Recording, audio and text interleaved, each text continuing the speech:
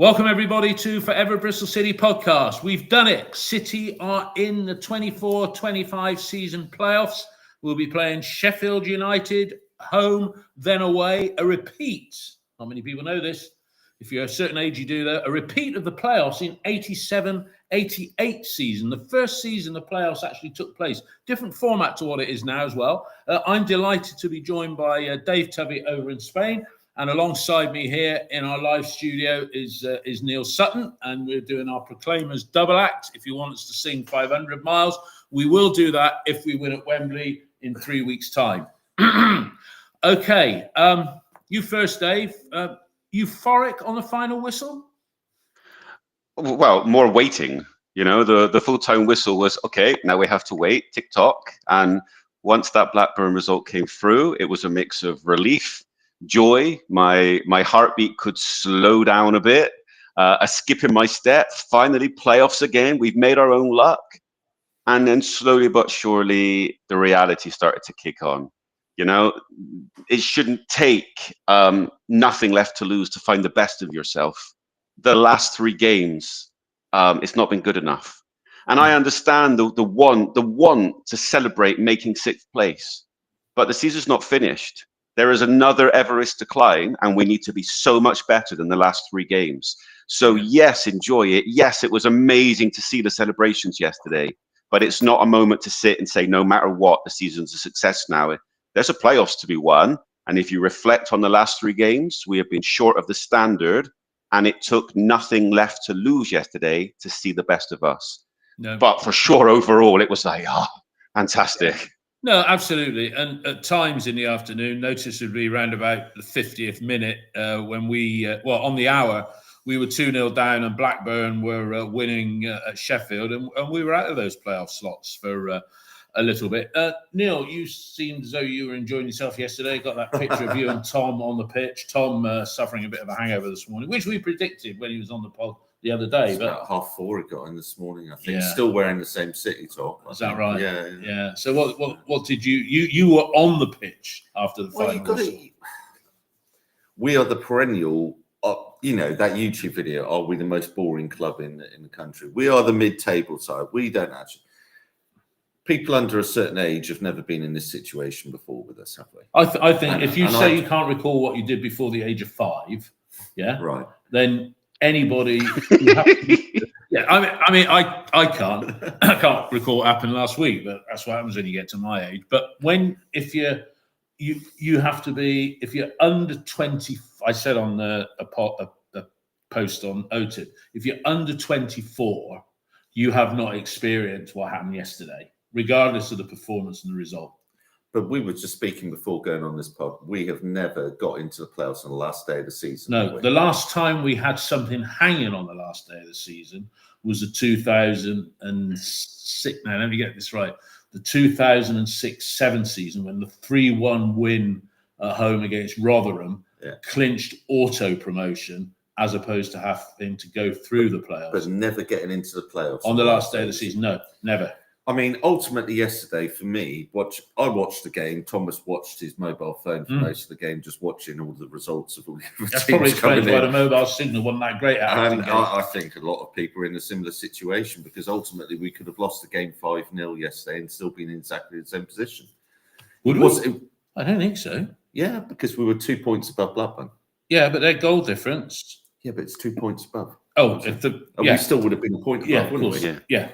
So ultimately, with it, we are crawling over the line. There are 3. I'm aware of 3 players that need operations at the end of the season, and those 3 players all started yesterday. You can see even the players that are out there aren't fit in a way. Not fit in the Bristol Rovers. James Wilson ran. We're not fit, as in like they are carrying injuries, and injuries that you would not normally see. And you only have to look at Preston's first goal, for example, to see that is like Luton's against us and all the rest of it, and what Sheffield United are going to do. But we got over the line, and there is a sense of, inside the club, I think they know we haven't got enough players. They know they know the squad's too small. Yeah, we know that we've got injuries about it. Nobody saw this coming. If back in January, you said we're going to be in the playoffs. Nobody, No. Well, after West Brom at Christmas, nobody. Even the Swansea home game. Yeah, no, there's been some rubbish. So nobody would have seen this happening. So it's a relief to get in it because, with City, it's always the hope that kills. And even everybody yesterday looking at their phones, it was supposed to be 98 minutes, wasn't it? The Sheffield United, and then it went 99, and then it went 100, and you're like, oh, for goodness sake! Here we go. Here we go. I think getting in is there is a certain leeway in terms of a bit of room to say once you're in the playoffs, it becomes a completely new thing. It's 2 games, it's an unknown. What you did to get here goes out the window. It's essentially almost 2 cup finals. How you approach it is completely different. But what was noticeable yesterday for me was with the season on the line, ultimately we turned into a passive side again. Everything that we've done to be successful to get to this point, we've been incredible in the last 4 months, except for the last couple of games. And in the game when it's just grab it by the scruff of the net, we were too passive. Yeah. And you don't want to see that. Tentative is the word I use, and it was epitomised for me very much in the first half, where I think McCrory broke across the halfway line, and he was looking around for somebody to pass to. There was nobody there. But let's get into the action in a moment. Dave, the team, he made some changes. Probably no surprise that Roberts went out after a pretty poor display up at Ellen Road on Monday. What did you think of that team when you saw it? The recall of Scott Twine, and it was noticeable that after he went off was when we upped our game, because he's not good on the press. But what did you think when you saw the starting lineup that was there? Somewhere between relief and worried. Roberts not at left wing back. It needed to be done. Vida was still in the left centre back position, and I understand with you. And it's as Neil said, they're trying to put pieces together. So some of the changes were positive, and I felt straight away at the beginning of the game this is a huge game for Twine. I feel like he's flattered to deceive generally for most of this season with some positive contributions. But as a side, as a unit, we look better when he's not in the side. And that was only reinforced by the overall game yesterday. Neil, your thoughts on the team? Twine is one of the 3. I believe that he needs operation on his quad at the end of the season. Again, this injury that he had when he first joined us after. Yeah, he's got an issue with his. He's not fit. Williams isn't fit out there. You can tell Williams wasn't fit. And when Williams isn't fit in doing the legwork and doing the covering, then Bird's having to drop back in, and Bird's having to do a different job there. He's got a decision against Sheffield United with regards to Williams, I would say. Because do you play a half-fit player in there, or do you go McGuane in there? Or McGuane. And the other thing you could do, of course, is, I know he's turning into a bit of a goal-scoring machine, but he plays in midfield. You could put in the bulldozer that is Ross McCrory. If worst came to the worst, Ross McCrory has got as many league goals as Scott Twine this season, and none of them are free kicks. And he's got it in 10 less games. So he is a battering ram. That running we'll come to the goals, obviously, but that running made for the second goal. Fantastic. Absolutely fantastic. And that's the key for me yesterday. If you want to see the spectrum of what that side is capable of, for the first hour, passivity, too slow, trying to maintain this almost a fear, the handbrake slightly on again. And when they had nothing left to lose, all of a sudden the fullbacks were pushed forward. There was an energy in the side, there was an intensity, and Preston were struggling to live with us. And it was, there they are, there's the best of us. That's what we were waiting for. And it's a huge difference. And that first hour, if it shows up on the playoffs, we will pay a price. That last half an hour, if that comes, and if the game had gone on for another 10 minutes, I guess, because everybody was sort of semi-passive in the last 5. If the game had gone on for another 10 minutes, we probably would have emerged winners. And what an end. That would have been the icing on the cake to come. I mean, it was good to come back from 2-0 down to 2-2, but to win it 3-2, that would have given a kick up, just a little bit of a fillip to everybody. Let's get into the action. Brady had a couple of long-range efforts, and the only things that I've got that Twine did, Neil, And it was early on because he faded as the game went on. He set Naki Wells up for a shot that Naki drilled just wide, and then he put in a shot that it had been a bit further out, it had dipped and gone in. But the early exchanges, we just weren't at it, were we? No, I looked at the stats at half time. We had 8 shots, none on target. We didn't do anything really in the first half. Really, the press wasn't there, the energy wasn't there. And I'm going to quote him now. No, it's dropped off. Anis made a big difference when he came on as well, and we'll come to that with Earthy and Anis. But the energy, the drive wasn't there, and we looked nervous, really, really nervous out there. And ultimately, we just needed to go on there and, as David said, do the performance, believe in yourself, be a bit brave. But actually, you know, as somebody who's coached football teams as well and done a few coaching badges and stuff, none of that team probably have ever been in this position before. So we haven't got the experience of, you know, pushing to actually achieve. And whatever happens, the experience of the playoffs will give the players out there a bit more sort of experience of these type of situations, these pressure cooker situations with it. And yesterday, I think we weren't caught in two minds, but there was a passing of the ball. Oh, can you do something with it? We were safe, we were nervous, we were tentative. And I think that led into Preston, Preston were expecting us to go for it, and we didn't go for it. You were watching it on TV from Spain, Dave. What was the atmosphere like coming across? You know, because Dave has just disappeared off there. Oh, I'll ask you. You were there. How did you find the atmosphere? Neil? I think in that opening, because the opening hour. In that opening, I don't think that the team ever really, the atmosphere ever really sort of dropped out for the team. But I think they were a little bit confused. I think people were a bit confused actually, because if you think about the way that we play and the high energy that we play, and then you bring Twine into the team, it slows it down, doesn't it? It does. It's a different. I think he brought Twine in because he's thinking Preston might sit deep, and then you're looking at him at set pieces and all the rest of it potentially, and you're having Twine on the thing. But we play a completely different way with Twine than we do with us. So not a good way, based on decent results. If you're playing with Twine, it's got to be a fit Twine, and it's not a fit Twine. And early on, Preston were on the verge of being in trouble because Luton did take the lead at the Hawthorns, didn't they? Well, they did, even though they lost 5-3. I'm pretty certain they were 1-0 up at one point. Let's come to you, Dave, for the first goal. You've just dropped out of view there. Right. They had a bit of pressure. We conceded the corner. Poor goal to concede. Take us through the goal as you saw it.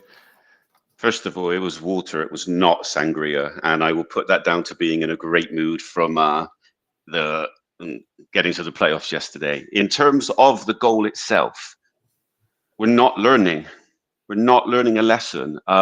We seem to be setting up for corners, and whoever is in charge of defensive set pieces is ultimately not earning their money, because time and time again, we seem to be setting up with allowing one of their players to sit on Max and saying to Max, right, Max, get yourself free. It happened against Swansea. It happened against Luton. It happened again yesterday. There is no way that a ball should be coming to that spot without your keeper even looking to think about making a claim. Why? Because he was backed on the goal line. And we seem to be going through this theory of if there's a player there, the referee will give an offside. In technically speaking, their player that was on Max was offside yesterday, but they're not given anymore. And it's a poor defensive setup. And just after halftime, Preston had 2 more corners. And we did exactly the same thing. In one of them, Max got himself free. But right now, if you are an attacking side like Sheffield United, you're going to be identifying that from corners and saying every single corner, pin Max on to it, drill it in 6-yard box. If we win one of the headers from those corners, we will score. It's really, really, really poor. And it's not an accident. It is by design, and it's not good enough. Neil, Max is one of those that's clearly carrying an injury.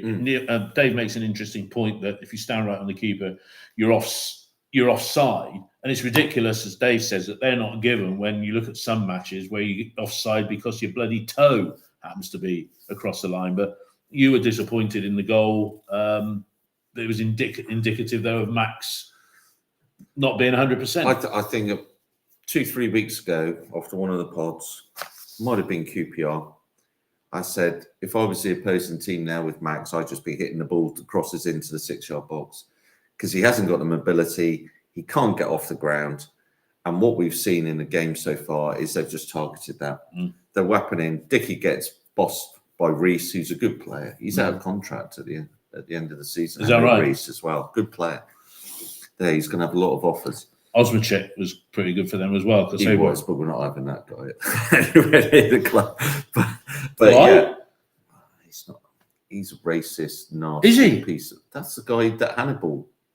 He said the words to Hannibal and he got banned for the racist language. Oh right, I didn't know that. And then he got an 8-match ban. They got a bit an 8-match ban at the start of the season for biting the opponent as well. Oh, right, maybe we don't want him. Equally, talking about players that we don't want at Ashton Gate, Ched Evans brought on as well. You know. But anyway, I think with it, Dick, we are suffering with the physicality at the back.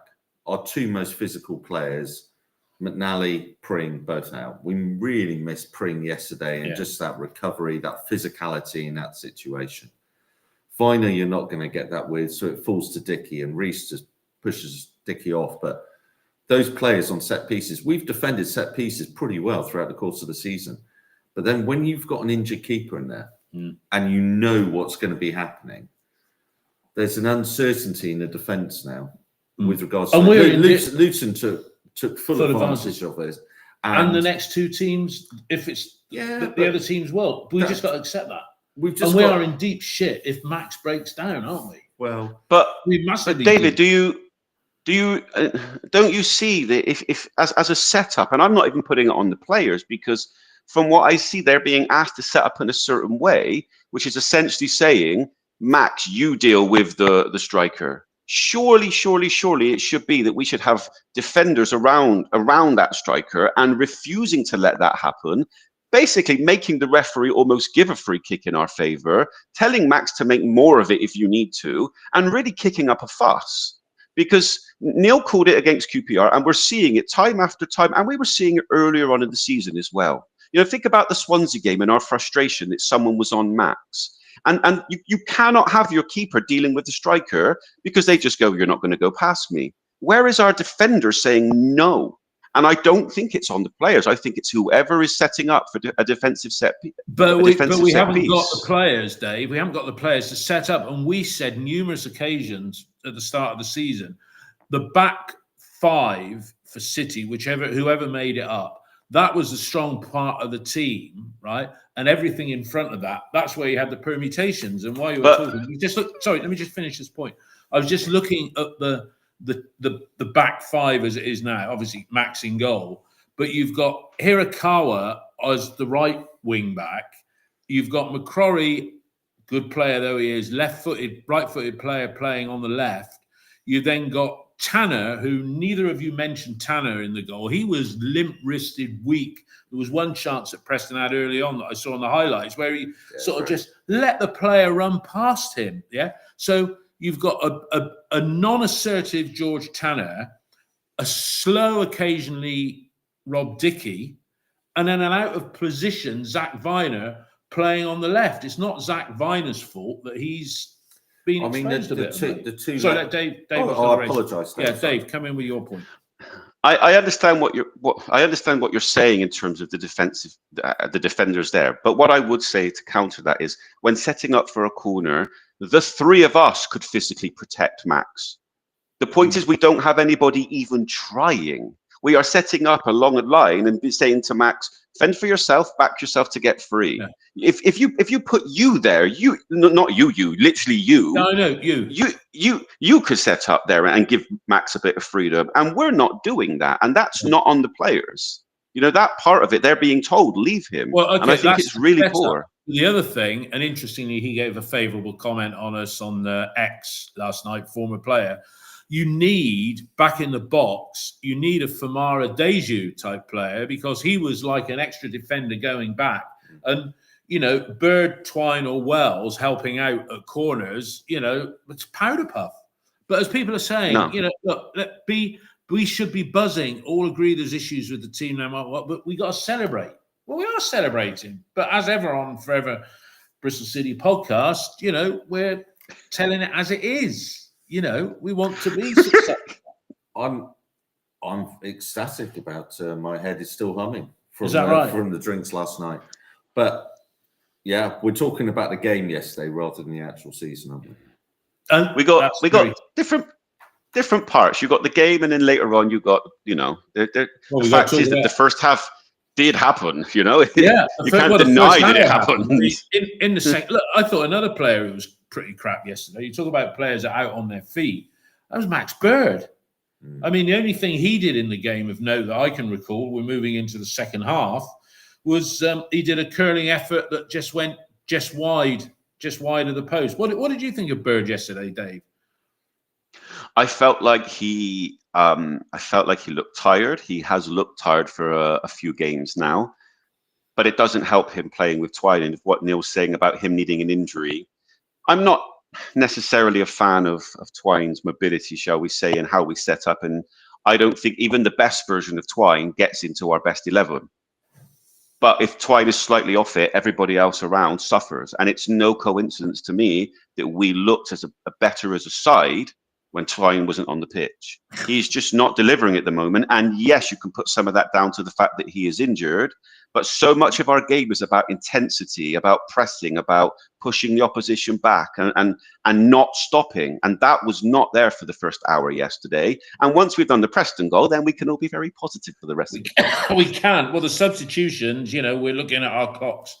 And up comes the hour, 58 minutes to be precise. 3 subs coming on. Neil, pretty obvious, really. We've slated all 3 of the players that went off. The passive Tanner, the ineffectual Twine, and again too far Bird. I think Bird suffered from Williams not being fit yesterday. Williams wasn't fit. Well, if you say Williams isn't fit and Twine's adding the square root of that, so I think Bird was having to do things that normally Bird doesn't have to do. But when you bring on Earthy and Mehmeti, you're bringing on drive and energy. I mean, Mehmeti's not the player he was 4 months ago, but you've already said he made quite an impression. Roberts coming on for Tanner.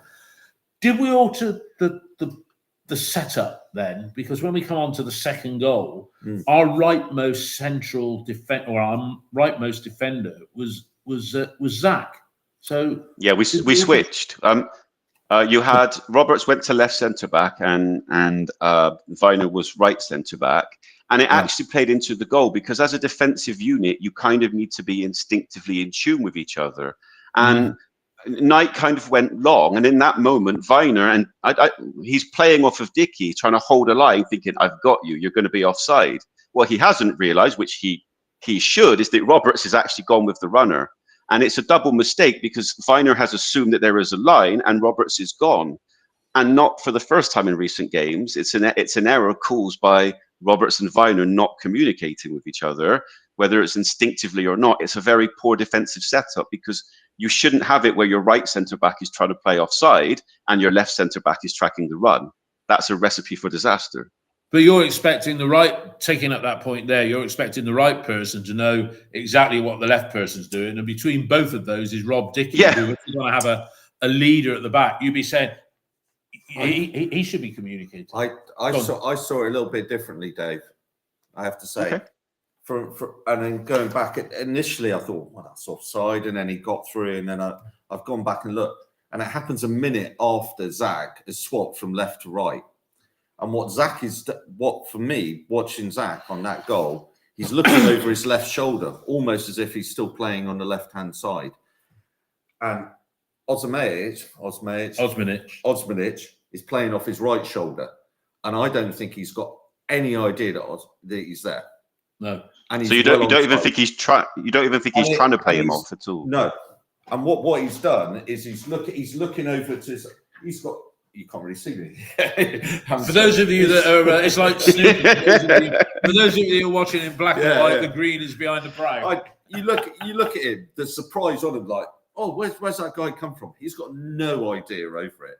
I mean, there's no where's the wing back? Yeah, it's just one of those things that when you make a substitution and when you change players from left to right, it might take a few minutes for them to readjust within it. And Zach's been having to play on the left, and we've spoken in previous podcasts about that's not his natural position.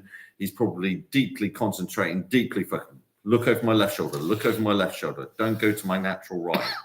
And then he goes over to the right, and within a minute of him going over to the right, the guy's got in on his right-hand side. So I initially thought, was the goal scorer Osmanic? Osmanjic. I've got you going in there. Was he in advance of Viner? But actually, he wasn't. He was behind Viner, and he was onside with Viner. But Viner. So even when the ball was played, he would have been onside from Viner. Yeah. He wasn't ahead of him. Okay. Yeah. Okay, just to raise a quick point. Send for you has said, can Atkinson play in the playoffs? For the umpteenth time, we cannot recall any loan players. No, I think it's to the end of May, start of June. So that takes out the playoffs. Take out the playoffs from that perspective. Do you know what I thought was interesting after the goal? It was a sea change instantly, because literally straight afterwards, McCory is now supporting Wells from a knockdown. You have your wing backs in a more advanced position pushing on, and it was like a side thought, well, we've got nothing to lose here. You know, we're 2-0 down. There's no need to play in this way because it's getting us nowhere. And for some reason, it took to concede that second goal to bring out the best of us. Yeah. And then the next 20 minutes it's fantastic. Well, the crowd almost, because at that time that was our lowest ebb in the afternoon. Yeah, and the crowd responded. Yeah, and wasn't it great seeing a big chunk of our fans down in the corner of the Atio? And they're there for the playoffs. And somebody answer me this question.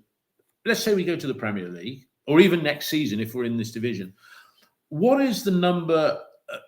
Can you restrict away fans as a percentage of capacity? Like 2,500? Well, I think...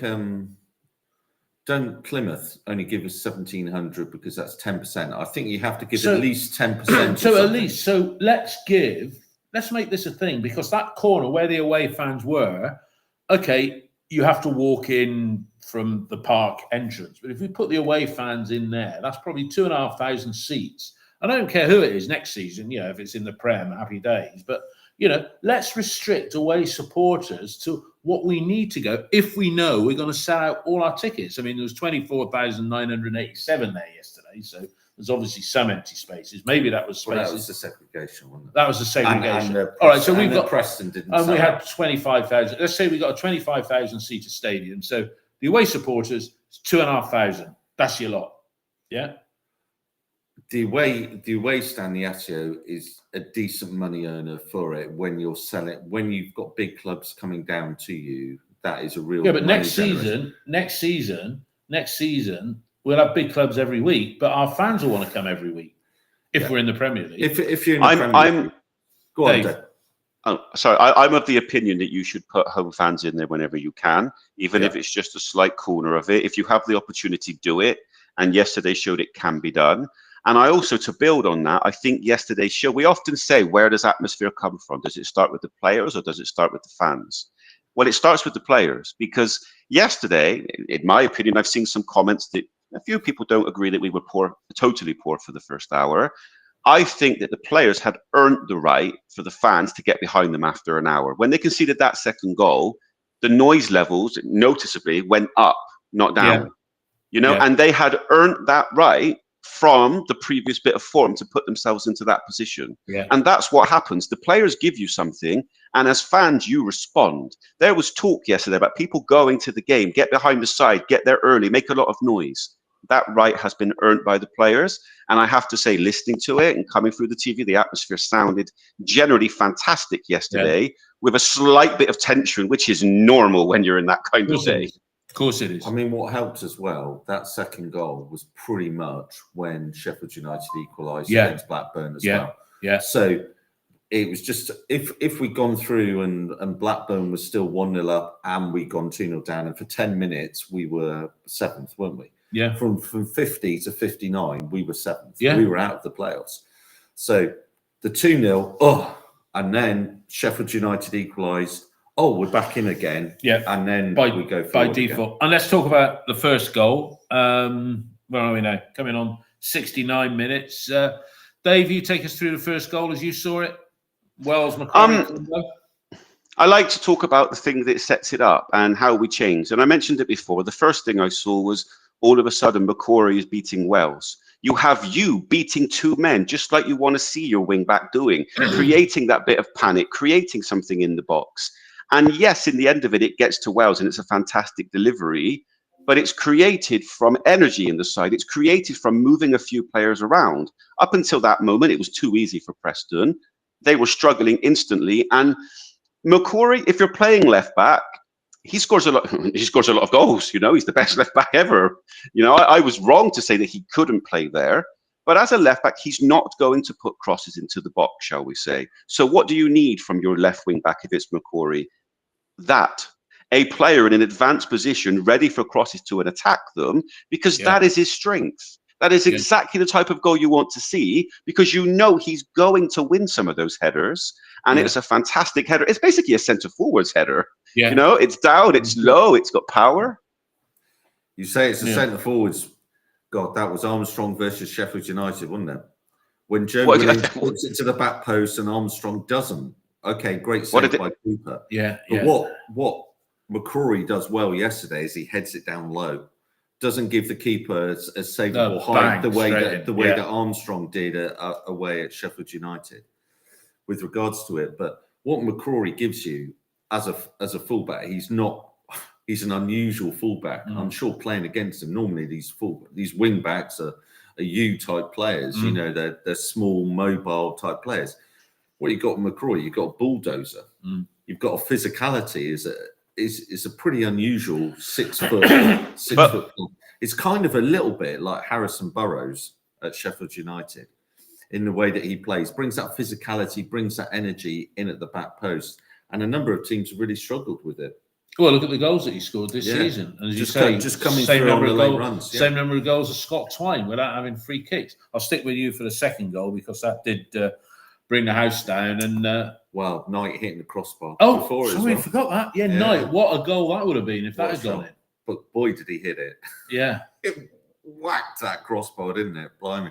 And then I felt for George Earthy because he tried to get his head with it. He headed one in, didn't he? But he almost got knocked over by the power of the ball coming back. Talking about that shot, Dave, how did you see that Knight's shot? And Knight's performance yesterday, I thought he was back to his best. You know, some captains are talkers or shouters, and some captains lead by example. What we saw in that little period after the hour mark is a captain leading by example. That shot was another example of a footballer doing something I couldn't dream of doing. I could not hit a ball that hard if I tried a million times. He was around the ball. He was busy, and players were feeding off of his energy. The goal itself, we can talk about the through ball, but the run makes the goal. You know, and just think about that. That is your left wing back making a run across the penalty box. Yeah, you can only do that with the right mindset of risk on mode. Because if you do lose the ball at some point there, you're leaving yourself open. Yeah, but that's the kind of attitude that fans want to see, and that's how you create goals like that. Because teams don't have an answer for your left wing back making a run across the box. And again, it was a striker's finish from a guy that I once said cannot play left wing back. So more of the same, please. Was that a right-footed finish when he came in? Yeah. It was a right-footed finish. If you remember when Jay, so that means he can hit the ball with either foot, because you remember back in the day when Jay De Silva used to play, when he would come in, if Jay De Silva was there, he'd hit that left foot, and instead of that going in, that goes wide of the post because you had to hit it with your right foot. I'm not sure he's got much of a left foot. You don't think he's he's not the most. He's a right foot. He's a right-footed player playing on the left. Right. Yeah, so a right-footed finish from him. I'm fully expecting a right-footed finish. All right. So that makes it, But that makes it 2-2, and everybody, the tension's gone. We were playing some decent football. Preston knew that by then that Luton were getting a semi-hide in up at the Hawthorns. We had one other chance, didn't we? Earthy putting a cross in, and you said Mehmeti. You thought he played well. I liked Mehmeti yesterday. I thought he came on and he had an urgency to him when he came on. He was going around, he was grabbing the ball. He was like, he wanted to be involved and he wanted to be on the pitch and he wanted to actually contribute yesterday. And in some ways, it was almost like bringing Mehmeti on at half time because Tanner was having a shocker. He was poor, wasn't he? He was poor first half. And he was hesitant. He's a bit of a nervous wreck at times, Tanner. I love Tanner. Yeah. He's been a fantastic signing for 300,000. Yeah. Great signing by Pearson. But there are times on the pitch where he is a bundle of nerves, and you can see that he's. But that's like somebody just said. McCrory's got the heart of a lion. Tanner's the Tin Man or whatever. Well, I remember, God, when Tanner, first couple of seasons under Tanner, of course, Tanner had that reckless challenge, and didn't he? He got sent off a couple of times for it. And he used to go full-blooded into challenges and all the rest of it, probably until his hamstring issues started coming up. But, I mean, Tanner, fair play to him. He had the knee injury a couple of months ago, and he's come back, and he's probably not fit because he's been rushed back due to his knee problems that he's had. He had an operation, and he's back within 2-3 weeks. So fair play to Tanner in that regard. But yesterday he was poor. But Mehmeti came on, and I really enjoyed watching Mehmeti yesterday. Not because he actually achieved it, but there was an intent to his play yesterday, and there was an energy to his play, and then suddenly it gave Preston something more to think about. Yeah. I thought Mehmeti was great yesterday, and just to re-emphasize it, when as a group of individuals, that team is likable. When you are likable, it tends to mean two things. When you're not playing well, you're too nice. When you are playing well, you are full of energy and intensity. That's what being likable means. That's what, when you can empathize with, as fans with a team, the way that they pushed Preston back and showed, if they play like that, we beat Sheffield United. I really believe it. I do not think they will be able to live with that version. Look, I've spoken overnight to Sheffield fans and Sunderland fans. Yeah, and Sunderland fans aren't even confident of getting to Wembley, and they lost again yesterday, didn't they? They did. We've got a good friend who's a Sunderland season ticket holder, and the one club they didn't want was Coventry. They haven't beaten Coventry since 2007, and they got history going back to 1977. Yeah, and they just did not want Coventry in the playoffs. Yeah, and a good friend of mine is a Sheffield United fan, and I said, well, you should beat us over 2 legs. And he's a regular watcher up there who travels from this area to watch them fairly regularly. He says, not the way we're playing, but if you look at the form table of all 4 clubs going into the playoffs, right? Coventry, I think it's last 6 games, Coventry are marginally the better of the 4 going in. And we all know the media. It's going to be Frank Lampard's Coventry. And I only watched a snippet of Sky yesterday. Somebody posted it, actually. It was on X. And it was Paul Merson talking about the teams in the playoffs, right? And it was towards the end of the afternoon, I think. He did not mention us at all. I quite like that. But it's good to come under the radar. David, a lot of fans have the same attitude, that it's like everything from now is a bonus. We are playing with other sides that don't see it like that. When the season is done, we can look back and, yes, I agree, you can say it's a positive season. But I can promise you that if we don't get through these playoffs, my first instinct will not be, well, it was a good season. It will be words I cannot say right here. As far as I'm concerned, if they don't want to talk about us, that is fine. I just want to see us play our absolute best, because if we do, I'm telling you, we have a massive chance to get promoted. The size, we got a chance to absolute massive. Neil, how many goals recently have we had scored by defenders? It's defenders standing up. I mean, yesterday we had the McCrory 2. At Luton, we had Tanner's equaliser. At Sunderland game, we had Dickey and McCrory. At the West Brom game, Roberts standing up and doing it. Forwards wise, Earthy got the goal at QPR, didn't Earthy got the goal at QPR, but forwards wise, we haven't scored forwards. I mean, that's just been an issue all season, hasn't it? Really, I mean, fantastic what Wales has achieved, but we've been relying on a 34-year-old to sort of do it. But God, all of our goals are coming. But when you played like we are playing, and at the beginning of the season, we were trying to get goals from attacking midfielders and strikers. Now to look at a vastly incredible team, look at PSG. Most of their playing goals and threat comes from their wing backs. It is something we are beginning to understand and create. How we do in these playoffs will be defined by the effectiveness of our wing backs. In the first half yesterday, they lost their individual battles. In the second half, McCory comfortably won his. Look at the results. And I agree with you, we don't get enough goals from striking positions. That's always been the issue. So we have found other ways. It's midfielders chipping in, it's wing backs chipping in, and it comes from that energy of putting yourself and being brave to put yourself in position to score goals. Just want to ask you guys, reading the text feed, and you might have picked it up. Dharm, a regular contributor on here, he said, David, probably means you, might be me. He said, where's my golden boot award? In a kid-like mannerism, it did not fit well with me. He's talking about Anis Mehmeti. Yeah. Right. I didn't see it. Dana said that he saw it, obviously. I didn't see it. What, Mehmeti? Mehmeti's made some comments according to Dharm. Sorry, Dharm, no. I haven't seen it. Okay. All right. Well, he might not be the... Is he way ahead of everybody else with goals? I guess he must be now, Mehmeti. I think he's ahead of Wales.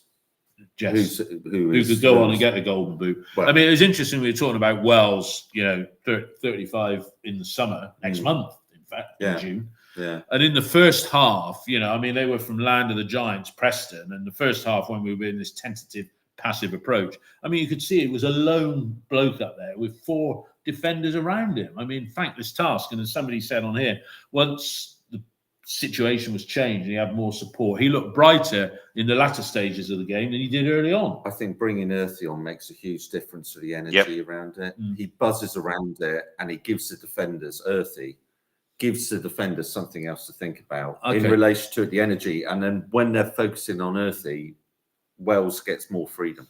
Okay, the couple of substitutions later on. Dave, would you have taken, bearing in mind, we're playing Thursday night, it's not like it's Saturday, would you have taken Williams off before 80 minutes, maybe done a quad substitution on the hour? I understand that Williams is not necessarily the fittest. In a way, we were watching a game that didn't necessarily matter, but you have to see it. The tide had turned after 60-plus minutes, so we were playing very, very well. And as a manager, if your team is playing that well, what have we always criticized Manning for making premeditated subs? Now he's not doing that. There is a strong argument the team is playing well. Why would you change it? Because you never know. You in that moment, you needed to win because you can't rely on other sides. So I'm not going to criticize him for that. And from the 80th minute onward, I'm not going to lie that the game becomes a bit of a blur. Because I was busy watching the game, checking the other results, trying to see what's happening here, trying to see what's happening there. Yeah. It gets a bit of a blur from that moment. And the modern day version, maybe it's a bit harsh saying this, but our modern day Baz Savage came on with 5 minutes to go. God, he's got an attitude at the moment. He's just not on it, is he? You didn't. You went around for the players' celebration at the end. He came on fantastic night. Captain superb, wins the thing, champagne moment, Hayden Roberts, young player, George Earthy. Wouldn't have seen me. George Earthy last 3-4 months, fantastic. Prior to that, I think because he wasn't getting a look in. He was injured. I think he's just adapted. He's found a role inside the team, George Earthy, that actually, when we started playing differently, and Earthy's become quite key to that. And you saw yesterday when we didn't have him in that starting lineup, we did miss that energy up front. And I think Wales works quite well off him. Wales finds the space more so when he's got Earthy doing Earthy things around him with regards to his movements and his energy. But yesterday with it, he's a moody bugger. Is he? I don't know whether he's annoyed about not having the game time or whatever with it, but there's games throughout where you just think, give them a bit of time. Yesterday at 2-2, ultimately it was all about If we'd lost the game, Yeah. it wouldn't have made any difference. No. Yeah, like we spoke about at the start. So he could have bought some more players on to actually sort of give them some game time leading into Thursday, because it's a short turnaround, But I think we're looking at a completely different game on Thursday to yesterday, because it's a one-off game, and we can just throw everything at it. And I'll tell you what, Sheffield United, I was going to go full on Kevin Keegan there, and Sheffield United are not going to want to come down to us on a Thursday night. That place is going to be heaving under the lights on Thursday, and anybody there, if we go at it and we have the momentum this time, and all right, players have got broken bodies and all the rest of it, but we give it 100% and the intent on a Thursday night, we're going to give them a game. What do you think Thursday? Let's look forward to Thursday. Let's look forward to Thursday night. I mean, Sheffield, like we've just said, none of the playoff teams are enjoying good form. I said at the start of the podcast, you go back to the 87-88 season, where the format for the playoffs was different then. We finished 5th in what is now League One in 87-88 on 75 points. Puts things into perspective. That 68 points we got this season was 68, wasn't it? Yeah, 68 is the lowest ever. It's the lowest ever to qualify in the playoffs. But incidentally, it's not better than our seasons 18, 19, 20. Sorry, 17, 18, 18, 19, where we got 69 and 70 points. So we got into the playoffs with not our best. Since it went to 24 teams, points wise, we are the worst ever 6th place side, and Coventry are the worst ever 5th. Yeah, and I think that. And again, look, I'm a bit of a cup half empty type of guy. Let's not say we're the worst side, because it's points. Right? It is. I don't mean it.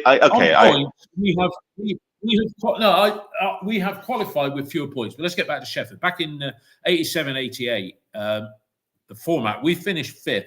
6th place didn't qualify in 87-88, and the first 3 seasons of the playoffs. Yeah, because what happened? The team that finished 3rd from bottom in the division above, they qualified for the playoffs, or rather, they had a chance to preserve their status. And we played Sheffield United at Ashton Gate on a Sunday, 6 o'clock, which back then, 1988, 37 years ago, that was 6 o'clock kickoffs on a Sunday, was a pretty rare thing. In fact, it didn't really happen. And we went there. It was a balmy early evening kickoff, and we won 1-0. We won 1-0, and you're thinking, that's not enough to take up to Bramall Lane. And I went up to Bramall Lane on the Tuesday, so quick turnaround, Sunday to Tuesday, or maybe it was a Wednesday. And we went up there, and we took the lead with a Carl Shutt goal, and they equalised, but we drew 1-1. Getting back to the point of looking forward to Thursday, we have to get, I think, at least a 2-goal advantage to take up there. Well, do you agree? The key to your answer, I think, is what happens at right wing back, because I think Vida will play right centre back, Roberts will play left centre back, McCory will play left wing back, and it comes to, do you play you or do you play Tanner? If you play Tanner there, do you believe that you will score that and get those 2 goals? I don't think so. If you play you there, yes, you can, but you leave yourself slightly open defensively. And it all comes down to how brave you want to be. We speak about this word. We speak about intensity. We speak about driving at opposition. If you had to ask me, or if you do ask me, which would I choose between you and Tanner? I would choose you for the reasons that you said. Because a one-off game away from home, anything can happen. But our form away from home speaks for itself. Where was the one game that you played and had great success as a right wing back? Sheffield United. We've played them both times. We've played very well and gave a great account of ourselves. We hold no fear. For me, it's McCory and it's you as the wing backs. Okay, I think that's a good, and then you have the benefit that if you get, let's say you get 2 early goals, you can almost shut up shop because you want to go. What do you think? What do you think? I think the only way we get anything out of these playoff games is we go with intent. And I think I agree with David. You know, you play Tanner there, you're almost like, oh, he can be better defensively. We don't want to be defensively. We just conceded 9 goals in the last 3 games. We've got defensive injuries across the board. We've got, proverbial players playing out of position. he's got to go with a bit of intent on Thursday, and he's got to say, right, okay, let's put Sheffield United, because 11 versus 11, they've still got a parachute team, they've still got a Premiership team. So on paper, they'll look at us in the same way that every team this season has looked at us and thought, oh, Bristol City, yeah, we can beat them. But there is something about us as a team.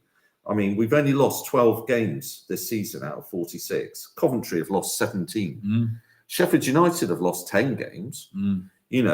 So the amount of games this year, particularly at home in the last 4 months, where we've won 2-1, where we've got through, where defenders, where we've found a result, where we've got over the line. That is about intent. That is about playing as a team. And what we've got is not a star team. We haven't got a load of individual players that you could probably take out of that team, put in another team, and they'll play so much better. We've got a unit there at Bristol City that are difficult and don't lay down, and in adversity over the last 4 or 5. Because I always remember us talking about how many come back from losing positions, and at the start of the season it was awful. It was awful, awful. His first 11 months, we were saying he's come back from losing positions about once or twice. It used to be if City conceded a goal, the other team would sit deep, and we just wouldn't have a chance. How many of them have been comeback wins in the last 3 or 4 months? I would say since Christmas, probably 5.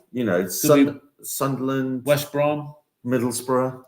There's been loads of comeback, and that is belief. That is brave. Well, I hate to use Manning words, but that is bravery in that. That is getting through adversity. They know the players out injured are crucial players to us, and I'm sure that if we had any belief in nobody can work with hindsight, but in January, letting Atkinson and Naismith go both left-sided. Both left-sided centre-backs, and who would know that you're going to lose McNally to an ACL and then Naismith? It is through adversity that we've found ourselves in the playoffs. Talking about the injured ones, any of the injured players capable, in your knowledge, from what you know, ITK, doing the Lazarus and getting off their bed? I think Sykes is possibly the closest one, I would say. But I mean, what are you going to do with Sykes? You're going to put a half-fit Sykes on there, fire him up, give him an injection? I don't know. I mean, the players that are out there at the moment, the 3 yesterday that are quite evidently not fit, Max, Twine, and Williams, they're all struggling with them. Look, if they can play, if Twine is in the 20, I can see it. I can see it now. If Twine is in the match day 20, it's even if he's half fit, we get a free kick in any game in a good position, right? If maybe not if it's after 15 minutes. I think Twine comes on. I think Twine comes on to do that. Somebody made an interesting point actually at Huddersfield in 2017. They drew all their playoff games and then won on 2 penalty shootouts. God help us in that respect. Dave, please don't do that to me. No, well, we're due one, aren't we? A couple of things to wrap up. Two topics here. Everybody said, this is a crap division. And somebody's countered that on the text feed by saying it's competitive. And people have said the Premier League is crappiest it's been for years. But then, look at the sides. There's 8. It's Liverpool plus 6 or 7 others up there now. How do you distinguish between crap and competitive, if you can? Well, you've got 2 ways you can look at it. You can look at either the points needed for the playoffs or the points needed to stay up. I would say the fact that Luton went down with 49 points, generally, you need 50 points to stay up. It stayed pretty consistent there. The fact is that the lower sides are picking up points constantly against the better sides. And yes, some of the teams at the top, Leeds always have this slight advantage. You have Burnley with the payments. I do not think it is a poor league. I think it's what makes it the best league in the world, because any team could beat any team on any given day. And while yes, okay, you get 2 teams of 100 points this season, the fact is that nothing is a given. How many times have we seen teams around us losing to teams that before you would assume, we'll pick it up? Just look at our results. We went to Cardiff, got relegated, we drew. Went to Plymouth, got relegated, we drew. Went to Luton, lost. It is a difficult division where any team can beat anyone on any given day. Yeah. And as you say, Coventry, they went to Plymouth and lost as No, Luton and lost, and they went to Plymouth and lost as well. I think Coventry did. Maybe I don't know. I think so. Yeah. Do you agree? Do you agree with that sentiment, Neil? I think in a one-off game at Wembley, I think arguably these two playoff games are the hardest ones because you're playing a third place team that is parachute payments over 2 legs, and in a one-off game, Anything's possible. Anything's possible, but over two legs, if we can get through. If we can get through this, I think we can give a game. I think it'll be Coventry. That's what I'm saying. I think it's going to be the media. I think Frank Lampard's Coventry. Yeah, but we go there, and what a fantastic day out. Yeah, ultimately, ultimately, getting into the playoffs for Bristol City is a fantastic achievement. Yeah. Regardless of it's great to sort of do it, but we have broken the back of finishing 14th, and as long as the club as a whole look at what's happened now and we take what's happened in this playoffs and we build for next season. That's going to be my that's going to be my next point. As I say, it'd be disappointing to lose disappointing to lose now or disappointing to lose at Wembley. But it's going to give people a great amount of football. Dave, your point. Just to counter slightly the fantastic day out thing. I remember the last time we were there, the incredible build up to go, and I was sure in my heart we were going to beat Hull. I remember staying back after the game and watching them lift the trophy and celebrate and thinking, one day I will be back and I will see us do that. Yeah. For me, it is more personal than just enjoy the moment. I want promotion, and I obviously this year I want it at Wembley, and it will mean so much for me personally after that, because that hurt. And it is time to get something back from that particular pain. And after it, and in a month or so, you can reflect back on the season with a great deal of pride. Yeah. But right now, no matter how we lose, it will hurt for a while. But I believe that we can do it. No, I'll stick with you, Dave, and then come back to Neil. And then Dave's got set me some questions to ask all of us here. Yeah. All right. What I was going to say with the playoff final, if whatever happens, if we go out in the playoffs or we lose the playoff semis final or we go out in the actual final, it's going to be an interesting summer for 2 ways, because the board, we're heading for another 20. Okay, the TV money. Let's say we make a £15 million loss this year as opposed to the 20 before player sales. If we don't go up, there's going to be 2 or 3 of our players, 1 or 2 maybe, that people are going to come knocking on the door. Yeah, if we don't go up. Recruitment last year is a disaster. Yeah, it's not working. It hasn't worked. Look, I wouldn't say overall, not a disaster. All right, if you take Mayulu, Armstrong, and Twine, he's not lived up to his expectation. You probably had one of his best games for the club yesterday. Yeah, but those 4. They haven't delivered. Are the club going to invest, Dave, and build on this season, right? To the extent that they could retain Knight by giving him an improved contract, enough to stifle him. Will they back Manning in a way? Because, and let's put a shout out for Liam Manning. What a season it's been for him. Lows that you couldn't describe and highs that are going to get even higher.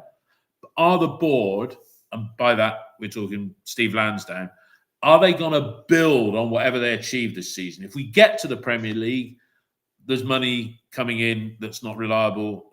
We're not relying on Uncle Steve for. But what do you think, Dave? Well, okay. First of all, if we get promoted, it's a completely different question, because there's a lot of money coming in, and what happens next is very difficult to say. If we look at the other way, and I'm slightly reluctant to, but let's do it. The first question is Jason Knight, Player of the Year, outstanding, 2 years left on his contract. He will never be more valuable than now. There is an argument as a football club that you get as much money as you can and you reinvest in centre midfield and other positions. If Semenyo gets sold, all of a sudden you're looking at millions to reinvest in the side. And that is a conversation that needs to be had. Because once you go past this summer, Knight's value will go down and down and down. And then all of a sudden, you are in promotion now mode because there is a price to pay later. Bird is also in the same category. And the question becomes, if you've got two of your key core players and you have to sell one of them, do you sell Bird or do you sell Knight? For the reasons I said, I would sell Knight because he's so valuable right now. You're going to maximize value and you look to invest. But I do think this is a conversation for later on in the playoffs because we just don't know where we'll be. We're not there yet. We've got a problem next season. Okay. Next season, I knew that there were a number of players, but I've just been checking here now. So this is a list of players going next out of season, contract, summer 26. in their last year of contract. So they're in their last year now. Okay, you ready for this? Go on. O'Leary, Tanner, Viner, Dickey, McCrory, Bell, Mametti, Roberts. It's just straight off there. Pring, last year of contract. You have got Sykes. Yeah. Straight off there, you've got 8 players there that are currently Starters. would be 8 players on our 18 or 20 match day. Yeah. You've got to give new contracts to these guys if you want to keep them, or you've got decisions to make about, oh, do you sell them going into last year of their contracts or whatever like that? Well, I think that's huge. So you've got a decision. You've got a squad there that have got you to the playoffs this year. So this summer, are you giving new contracts to those players? I think you could be talking to all of those players now and saying between that, because this was what happened in 2004 when we got to the playoffs against Brighton. Allegedly, a lot of players were out of contract then. And if you're out of contract, it's like turkeys voting for Christmas, right? You could give all of those players are out of contract next summer. You could say, right, here's a contract on the table, right? If we get to the Premier League, and that's going to be decided in the next 3 weeks. If we get to the Premier League, you're on that, right? And if we don't, you're on better terms than you're on now, but we want to retain you. But that's an interesting point. Just conscious of time here, guys. Yeah. Neil, Dave, you set some questions here for all of us. I'm not going to pick all of them because some of them I can answer them, but I'm just going to pick a couple here, and I'll go Neil, Dave, and then my own view. Question 1, Neil, how would you evaluate Viner's season? And I guess we'll give it scores out of 10 is the easiest way to do it. Yeah, with a few. How would you evaluate Viner's season? Score out of 10? Yeah. 6. Dave? I would go 6.5 because when he's surrounded by players that are comfortable where they play, he plays well. When he has fill-in pieces, he's poorer for it. I would say slightly under par. Needs to do better going forward. All right. Stick with you, Dave, because you're going to surprise us at this, because we were talking about this before we recorded. Most important player. Okay, so naturally people would assume Knight. Knight is the player of the season. I think the most important player is either Sykes or it's Earthy. There is a reason our form upticked, and Earthy played a huge part in that. Looking slightly longer in the season, we functioned so much better as a side with Sykes. He delivered in some incredibly important moments and had some fantastic performances. So I would go between Earthy and Sykes, because without those two, we aren't where we are. Okay. Neil? Most important player of the season? For me, the last 4 months, Nahki Wells. Do you know what I was going to say? Well, I think because he's been a constant. He's been a constant. Well, he's been God, how he was injured, but he was only injured for a very short period. But having him on the pitch allows him and Earthy. The point that Dave's made is really good about Earthy, but having Earthy alongside Wells has made a huge difference in the energy, in the drive, and the press and stuff. And the goals that he's scored in the 2-1 victories, throughout it all, and Naki's been great last 4 or 5 months. I agree with you there on Nahki. What I didn't say was my rating of Viner, and I'd agree with you, Neil, 6.5. Because when he's asked, I said 6. Oh, you said 6. 6. I agree with you there. Yeah, there we go. All right, next one. I think you've answered to a point, and it depends which division we're in.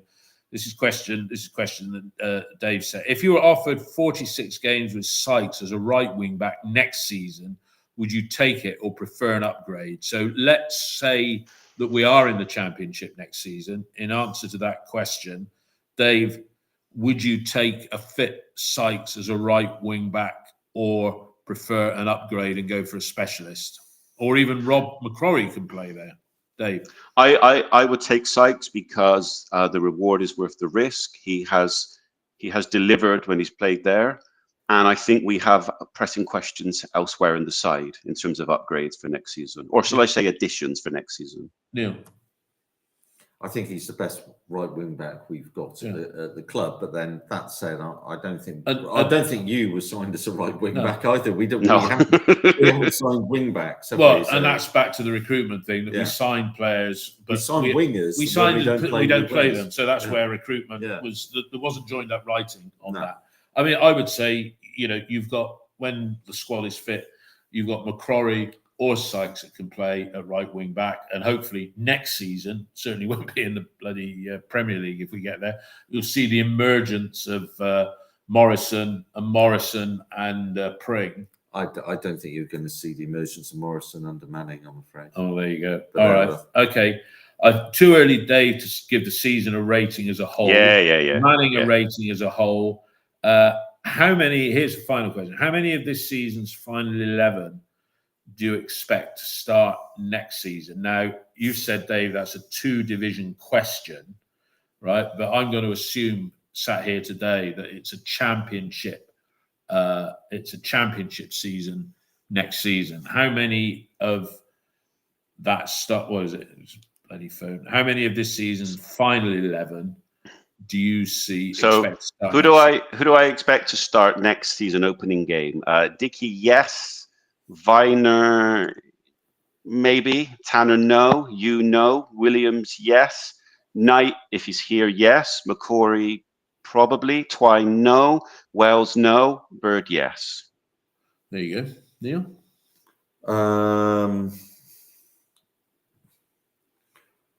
Viner, not sure, because I think Atkinson would come back, and I think Atkinson would be a better, because if he's better on it. Knight, I think we'll have offers on Knight in summer, and I think Dave's right. You've got 2 years left in contract. Are you going to sign a new contract? Where's the ambition if we don't get up?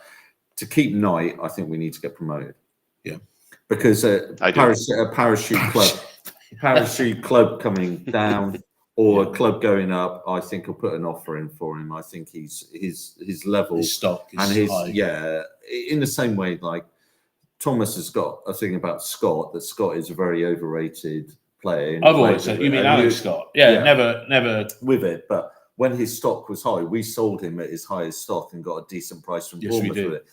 Jason Knight at the moment, his stock is there. The 44, podcast. It's a bit like there's a moment for a player. Because do you remember? This is going back in the days of when Milton Keynes Dons played at the hockey stadium. And there was a night match where Bradley Orr and Carey had a little bit of a contretemps after we conceded. Northampton away. That's right. And Dave Cottrell, bang average player, and 2 days later, Wigan came in and bid £2 million for Dave Cottrell. That was bizarre. Deadline. I mean, I've got to agree with you, Neil, on some of those suggestions there. But look, look, the season is still unfolding. We've given ourselves an opportunity. We've shown that we can get into the playoffs. If we don't make it through the next 2 games, or even the final for that matter, and we're still in the Championship next year, at least we've shown what we can achieve in this division. And you'd hope that the board actually take the view now, we've got to build on this, because the crowd is there. We've got record season ticket sales. Yeah. And we need to use this as a springboard for... Correct. Let's push for next season. And that players contract in summer 26, you've just got decisions to make on a number of them for next year. Yeah. Bell, Roberts, Earthy going back on loan. So straight away, you've got decisions on players that really you're looking at and probably aren't good enough.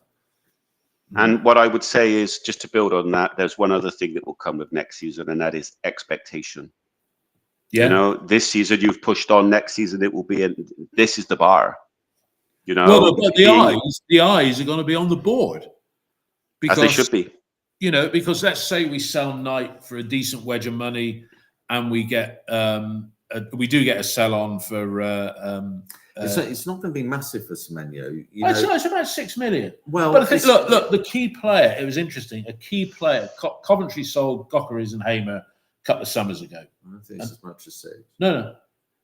Coventry sold those 2 a couple of summers ago, and they sort of looks like they've invested wisely. And the player they went out and bought, who we would have courted a few years ago, is that Jack Rudoni. He scored 2 goals for Coventry yesterday. Good player. Good player.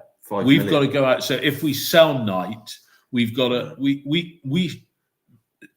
I would respect the board if, let's assume we lose 15 million. Lansdowne says everything what the football club makes, the football club can spend, regardless of the fact that it loses 15 million in continuing day-to-day operations. Liam, we back you. You go and buy the players that you need to take us. I don't think there's Semenyo money. I think Semenyo's got a clause in his contract, and I think it's 50 million, and that will be, you subtract the price. 10, that's 40, 20. 10, it's 40. So 8 million. That's 8 million, 20% sell on, and 40 million is 8 million quid. It is, isn't it? It is. No, maths. We will. Here speaks finance director Neil Sutton. 20% of 40 million is £8 million. £8.50. Crikey. Yeah. All right. Dear, dear. That's why you run your own businesses, isn't it? Yeah, I try. So okay, on to Thursday we go. On to Thursday, we will be doing a review of the first leg on Friday morning. I hope you're available for that one. Yeah, Dave? Certainly, yes, I'm free. You or Tom, if Tom's not... No, Tom's off to... Tom, he's a lucky... He's got a flight to Crete. He's working in Crete for 3 weeks. If we'd have finished 5th, he wouldn't have seen the home leg. Right. So when we finished 6th yesterday, he just punched the air and he all the luck. Home leg now. Yeah.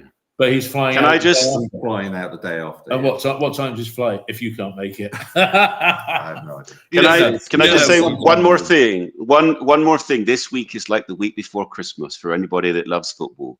I cannot wait for Thursday now. It is true. This is what you live for. The low moments, the down moments. This is it. Dave, this is time, and it's our time. I felt a little bit flat yesterday, even on I didn't wait to see the final result come through, so I was heading up towards Clifton I was walking across Cumberland Basin when I heard the cheer when the final result came through. But I felt a little bit flat because it was great to come back from 2-0 down to 2-2, but the preceding 2 performances, Leeds annihilated us on Monday with their skill, and previous Monday, Luton beat us up with their aggression. They went down and what have you. So I just felt a little bit, but I know I'm going to start feeling the build-up for Thursday from now, because I know we've got a chance.